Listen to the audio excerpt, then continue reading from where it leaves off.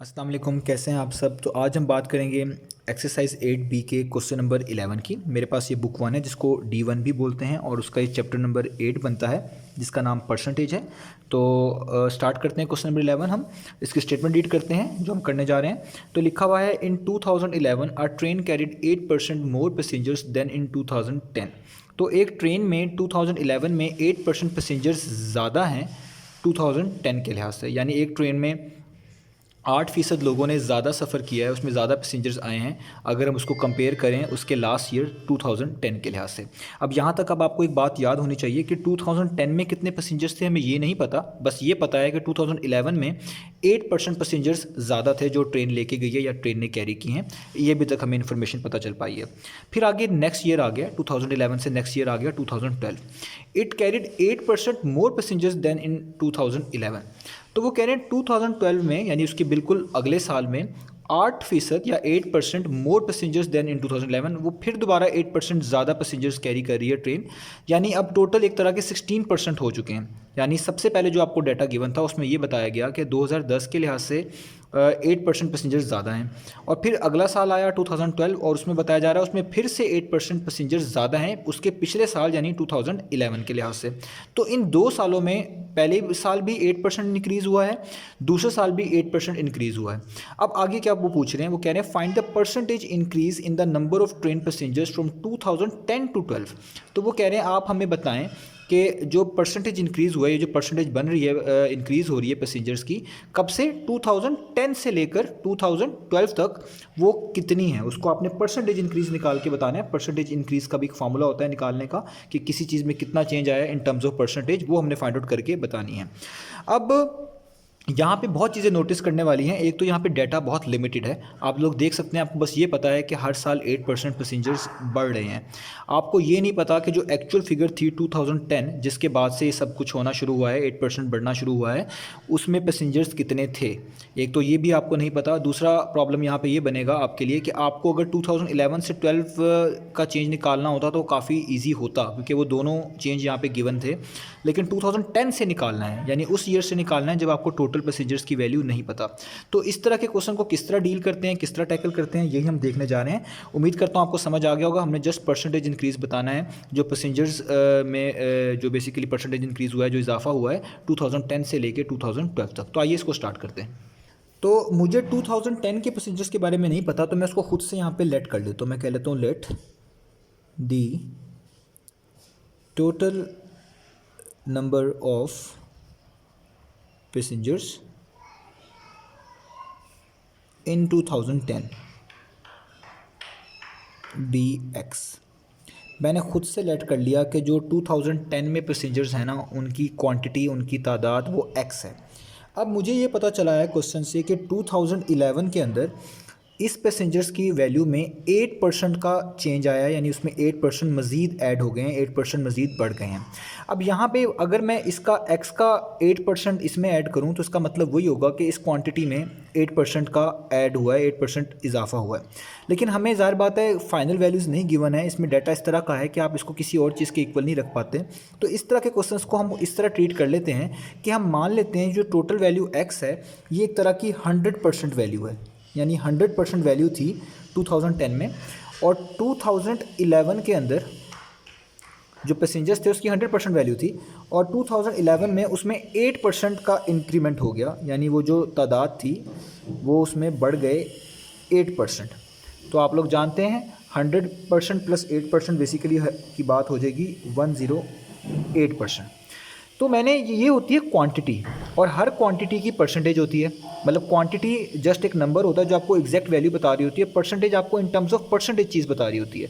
तो मैंने ये कह लिया कि जो टोटल पैसेंजर x थे, लेट्स से वो 100% थे 2010 में, और जब 2011 आया तो उसमें कुछ इजाफा हो गया, उसमें कुछ ऐड हो गया, और वो परसेंटेज में इजाफा हुआ है, इसलिए मैंने उसकी परसेंटेज में जितना इजाफा हुआ है, यानी 8% इजाफा हुआ है, तो वो मैंने उसमें ऐड कर दिया। तो इसका मतलब 2011 में 108% इजाफा हुआ है। किसका इजाफा हुआ है? ये हुआ है पैसेंजर का। अब आपको पता होना चाहिए कि 108% इस टोटल पैसेंजर्स के लिहाज से कितने बनते हैं, यानी बेसिकली आपको 108% निकालना है x का। तो बेसिकली आपके पास जो चीज़ बनेगी, आपको 108% एक्स का निकालना है। तो जब भी किसी चीज़ की परसेंटेज निकालनी हो, उन दोनों को मल्टीप्लाई करवाते हैं और डिवाइड कर देते हैं 100 से।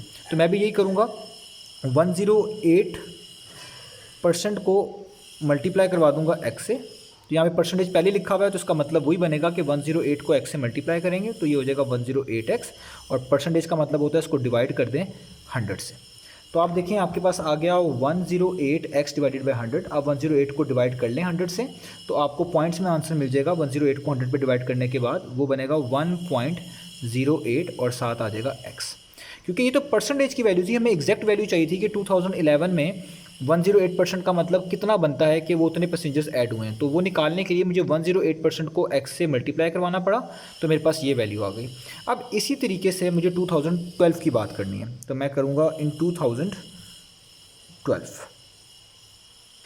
तो अब 2012 में उन्होंने बताया था कि जो वैल्यू 2011 में थी उसके मज़ीद उसमें मज़ीद 8% ऐड हो गया, यानी उसमें मज़ीद 8% का इजाफा हो गया। अब आप लोग निकाल चुके हैं 2011 की वैल्यू कि उसके अंदर इतने पैसेंजर्स रहे होंगे, तो आप इसी वैल्यू में ऐड कर दें इसका 8%, क्योंकि 8% इजाफा होने का मतलब है कि इस वैल्यू का 8% इसमें ऐड हुआ है। तो मैं इस वैल्यू में ऐड कर रहा हूँ इसी वैल्यू का 8%, तो मैं यहाँ पे लिखूँगा 8% ऑफ 1.08x। अब इसको हम सॉल्व कर लेते हैं, ये इजी है, इतना मुश्किल नहीं होगा। तो 8% ऑफ दिस वैल्यू का मतलब होता है आपने 8 को इस वैल्यू से मल्टीप्लाई करवाना है, यानी आपने लिखना है 8 मल्टीप्लाई बाय 1.08, और जो आंसर है उसको आप 100 पे डिवाइड करा दीजिएगा, और यहाँ पे ये x वैसे का वैसे ही साथ रहेगा। तो ये चीज़ मैं कर चुका हूँ, मेरे पास यहाँ पे कैलकुलेटर अवेलेबल है, मैं यहाँ पे करके दिखा रहा हूँ। आप 8 को मल्टीप्लाई करवाएं 1.08 से, और इसको आप डिवाइड कर दें 100 से, तो आपके पास वैल्यूज़ आएंगी ये वाली, और ये वाला बटन यूज़ करेंगे तो पॉइंट्स में वैल्यू पता चल जाएगी। वो आ रही है 0.0864। तो मैं यहाँ पे लिखता हूँ, मेरे पास वैल्यू आएगी 0.0864, और साथ आपके पास मौजूद है x। अब आप इस वैल्यू को दोनों में x है, लाइक वैल्यू लाइक टर्म्स हैं, इनको आप ऐड कर दें। तो मैं इसी वैल्यू में ऐड कर देता हूँ ये वाली वैल्यू 1.08, तो मेरे पास आंसर आएगा इस तरीके से। ये वाला बटन यूज़ करूँगा तो ये पॉइंट्स में आ जाएगा, तो ये बन जाता है 1.1664, और ये वाला x साथ वैसे ही लिखूँगा जो यहाँ पे लिखा हुआ है। ये आ गई वैल्यू हमारे पास 2012 की। अब दोनों वैल्यूज़ आ चुकी हैं, 2011 की भी 2012 की भी।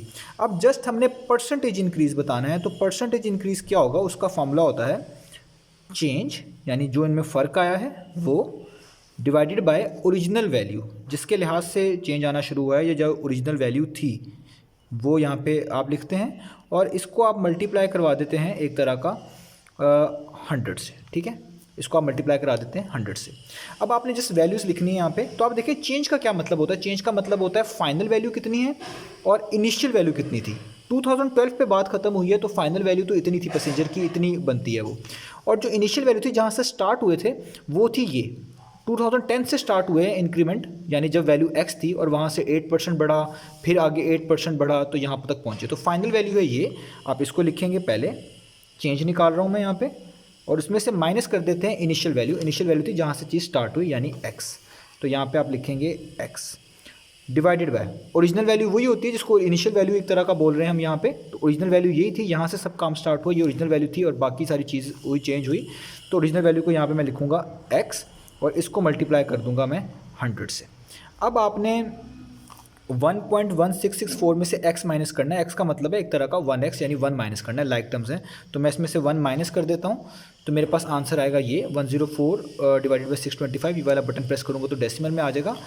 तो ये मैं यहाँ पे लिखने लगा हूँ, मैं लिखने लगा हूँ 0.1664, और साथ x आएगा क्योंकि x यहाँ पे था, और नीचे भी एक x आएगा, और यहाँ पे आपको 100 से मल्टीप्लाई करवाना पड़ेगा।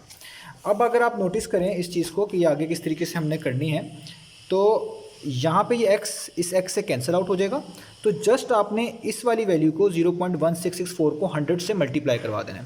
तो जब इसको 100 से वैल्यू को मल्टीप्लाई कराएंगे तो आपके पास आंसर आएगा 16.64%, यानी बेसिकली ये परसेंटेज इंक्रीज़ ही आया है हमारे पास।